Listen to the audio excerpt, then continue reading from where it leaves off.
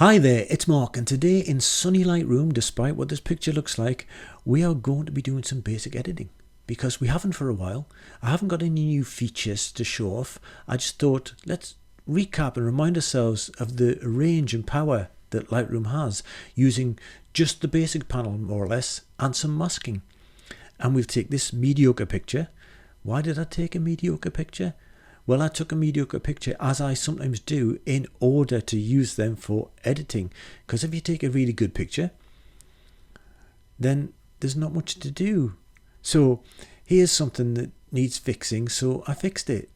I fixed it by going a little bit over the top as well, in order to better visually demonstrate the techniques and editing that was applied. Of course, when you do this, you do it to your own taste. However, this is a combination of just using the basic panel, that's it, and masking. And to that regard, it's complementary to the sort of techniques I've demonstrated in my Mastering Masks in Adobe Lightroom course, my free Mastering Masks in Adobe Lightroom course. You haven't heard of my Mastering Masks in Adobe Lightroom course? Where have you been? I'll put a link down below in the notes, and I'll put one on the screen up there now, but don't go running and using it just yet. Stick with me for however long we're here, 15 minutes ish, he said, sticking his neck out at the beginning of the video when he's got no idea how long it's going to be, so forgive me if I don't stick to that. Anyway, so we'll do this and then we'll do another one.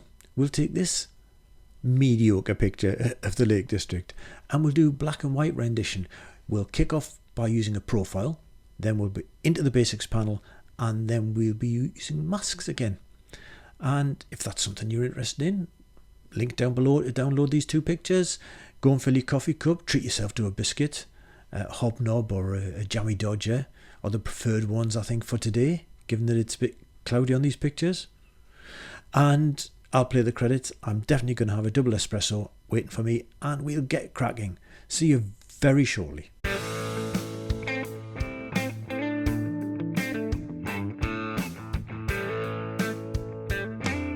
So here we are with our first picture in Lightroom, and I wouldn't normally start like this, but the first thing I'm going to do is get rid of the part which offends my eye, which is the sky and all the fuzziness. So this may be temporary, or we may just work with it, but I'm going to put straight away a linear gradient on and just drag it down, quite a deep one with a big feather, possibly with the cutoff point being above the horizon there, not right down to it. And that's the difference between this and a sky mask. The sky mask would come down and hug the mountain. This is falling short of that and then slowly tailing off. And I'm going to smack the highlights all the way down to see if it does much. I don't think it will, and it didn't. So I think we need to bring the exposure down as well. Something around about 1 1/4 stop, something like that. Do I want a clarity at this point? Yeah, the tendrils at the top up here are looking much better with some clarity. And I shall return now just to the normal basic panel. All told, I think it's too bright a picture, so I'm going to bring the exposure down probably about 1/2 stop to a stop. Yeah, roll it back a little bit. About there, I think, for this particular picture. And what about contrast? But how much? Well, I don't know. So I will wriggle it to get an idea of, for this picture, how much there is and isn't to be applied. And I'm thinking just a little bit, and my eye is here, where this tree is against the lighter patch, and I think that pops a little bit with just a little bit of contrast. So I'm going to leave the contrast around about there. What are we at? 18, 20, something like that. Highlights again. I still want to see what we'll do, bring them down. Will it do much? It shouldn't. It has in the middle ground just brought a little bit down. If I go from extreme right to left, you can see that. And I am going to take it quite a way down. Now, even though I'm darkening things, I do want to lift the shadows a little bit. Just a little bit. And I see that happening in the foliage, mostly in the foreground. If I just wriggle that a little bit, you'll see what that effect is. As for whites, I am going to brighten the whites because the little patches in the sky and just above the mountain, I do want those just to pop a little bit more, so bring those up.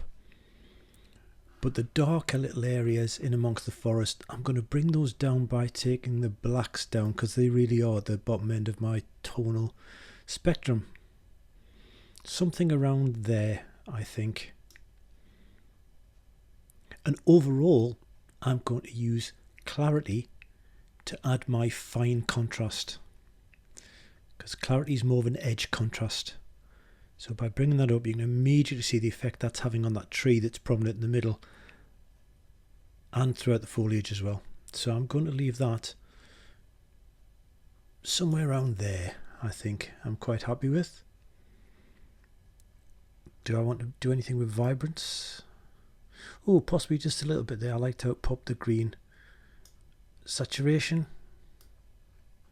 Oh no, definitely not. I think if anything, I'll just leave that exactly where it is. And a tiny little vignette. Do I want to crop this? No, I don't want to crop this, so I think I'll just do my vignette now. Now, when I do vignette, I sometimes just like to wriggle it. I know what the extremes will look like, and they will look bad. And I know just less is more, so I just kind of wriggle it a little bit so I get a better idea. My eye tunes into what it's doing. And so I think I'm going to leave it around about there. And I think I'm quite happy with that. Now, I'm going to do the edge of the mountains now, because I wanted all along to actually have an edge here, then some lightness, then an edge here. But this edge isn't dark enough for me, so let's do something with that. So, time for another mask. This time we're going to use the landscape mask. Where's it gone? There it is. The landscape will divvy up all the component parts, be it water, artificial ground, foliage, etc. In this case, it's only found sky, mountains, and vegetation, which will include the mountains. So I'm just going to choose just the mountains, create a mask, and I'm going to intersect this with a brush. So what is an intersect? Right, well, let's get a brush there first. So if I hold down my Option key on a Mac, Alt key on a PC, these two buttons become intersect. I will click on that and choose my brush. Now I'm going to prime the brush with loads of negative exposure. And so you can see our entire mask, because I have not started the intersect, has gone completely dark. If I brush up here, the mask, the effect totally disappears, because it's only showing where the two intersect, and they don't intersect anywhere, so it's gone. If I did it here, you can see how it works. So anywhere up here wouldn't show, anywhere down here would show, because that's where the two intersect.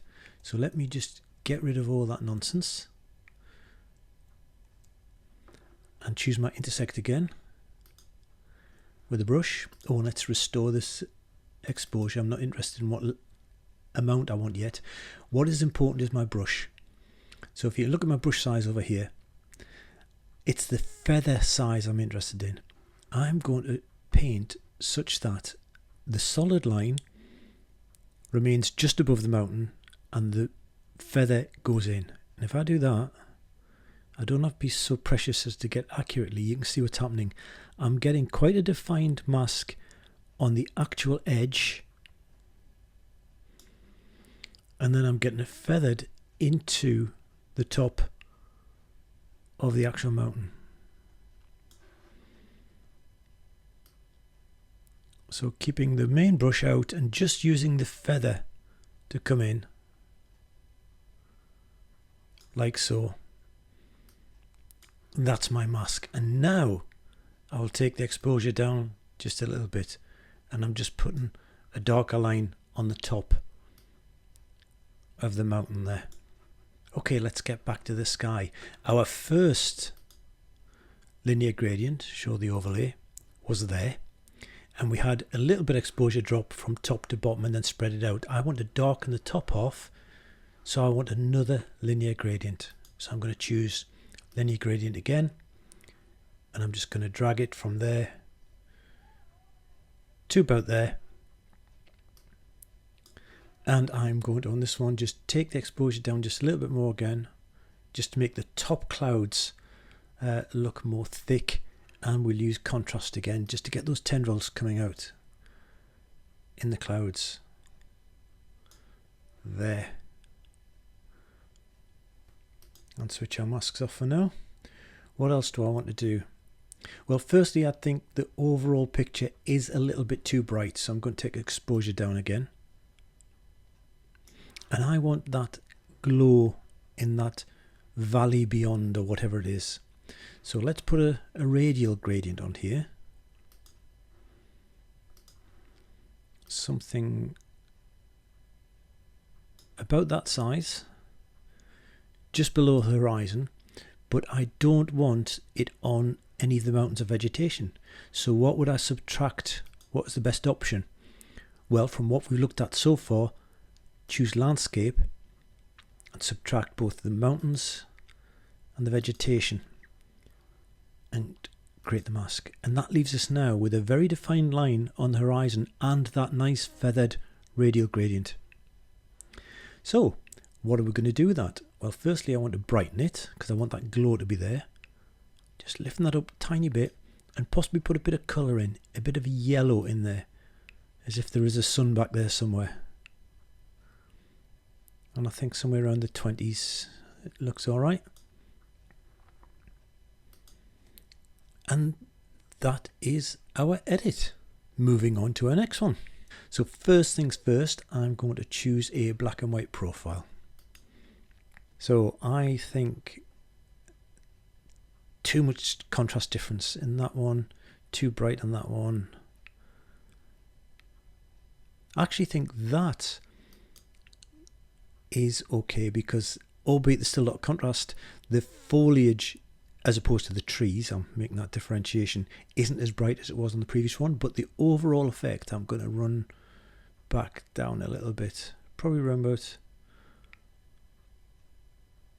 there, where I'm starting to see a little bit more detail in those trees, about there. And I'll close that. Now let's do a general edit on this. I'm deliberately leaving the sky out of this at the moment. The first one, it was all about that mist. I wanted to get rid of that first. And this one, I'm just looking at the tonal edits first, then we'll address the sky, because we know we can always do the sky on something that's as plain as this, and it isn't leaching down into the rest of the picture where it was on the previous picture. So I'm going to just bump up the exposure a little bit, I think, on this. Tiny little bit makes a big difference. Highlights we're going to bring down all the way. Actually, we're starting to get a little bit back in the sky there. Shadows, as I did before, I'm actually going to lift them slightly because it has that effect on the foliage. Whites I'm going to bring down a bit more to try and address the forehill and the sky, although it's not having a great deal of difference. And blacks, as we did on the previous one as well, just for the real dark part, just to darken them just a little bit more, but not necessarily the mid-tones. And we bring back the contrast with clarity, which is like edge contrast, as I said previously. So as I bring that up, you can see a lot more information coming back in to the foliage there. Do I want to crop this? No, so I'll put my little vignette on now. And that's nicely tucking in the bottom left and right corners. You can't really see it, the top right and top left. And just do my little wiggle again. I'm happy with about there, I think. Alright, let's get this sky done, shall we? Same as before, we're not going to use a sky mask. I'm just going to put on a linear gradient. And I sometimes prefer these to sky masks anyway, for the fundamental reason that the sky mask comes all the way down the horizon. And yet skies generally have a glow towards the horizon, and a linear gradient would give you that. So I'm leaving that there so you can see the mask is not really present at all there, but it is nice and rich at the top. Again, we'll drop the highlights. That's not made much difference, so we'll go for exposure about there, 3/4 of a stop, and we'll put in some clarity to bring out those tendrils in the clouds. And I think I'm quite happy with that. Do I want to do the same thing with my mountain edges? I think I probably do, actually. So let's get a landscape Oh, it's thinking about it this time. Gives me an opportunity to have a little sip of coffee. So we're going to choose the mountains, but not the vegetation this time. So we're going to choose the mountains and create the mask. And we're going to Option or Alt key to intersect it with a brush. And there's our brush, and same thing again, just let the feather come in, leaving the mainstay of the brush above.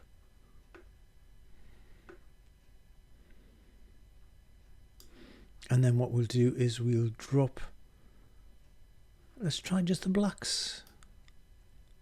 Yeah, I'm going to go for blacks rather than exposure, so that it's not everything, it's just the darker part of the bit, the black part of the feather that was there. If I go for exposure, there's more of the actual mask. If I do an extreme, more of the actual mask gets lowered. But if I go for the blacks, it's more just the black areas, which includes the edge. Possibly, what about a little combination of both? Something like that. And let's bump a little bit of clarity up just to sharpen that edge. Okay, I think we're nearly there. Having said I wasn't going to do the sky, I think I actually might add an overall sky mask, just to give a uniform drop of a tiny little bit of exposure, not much at all. Finally, I think, is I want to draw an eye up here. So I don't want it as bright down here in the foreground. So I'm just going to stick on a linear gradient, pull it up, roll it back to about there, and take my exposure down there. I'm a fan of, whereas you can see it's quite dark here, I'm a fan of putting gradients on. And yes, I want the feathered part, which is the top half of the gradient, but I don't want all of the bottom bit. So I'm a fan of actually doing that, so the whole thing is more or less a gradient, as opposed to the actual darker parts of, or lighter parts, or whatever sliders you've actually wriggled. So I'm going to go for that, and then close it up. Revisit, now we've done that as we did before, revisit the overall tonal quality, and I think it could come up with exposure just a little bit more. And that's my picture. How close did I get to the previous one? What's the main difference there? Well, clarity's 53 on the one we've just edited, and exposure's 40, and on the one I did before, clarity was less and exposure was less as well. That was quite close. And that's all I have for you. If you're interested in more generic editing rather than majoring on particular features, just showing how the combination of the panels are used to edit pictures, let me know in comments. I can always put more content like that up for you. Other than that, there's a subscribe button which I think needs your full earnest attention, and a like as well if you think it warrants one, and of course ringing that bell to be notified of future videos. I hope you found that useful. I shall see you in the next one. Bye for now.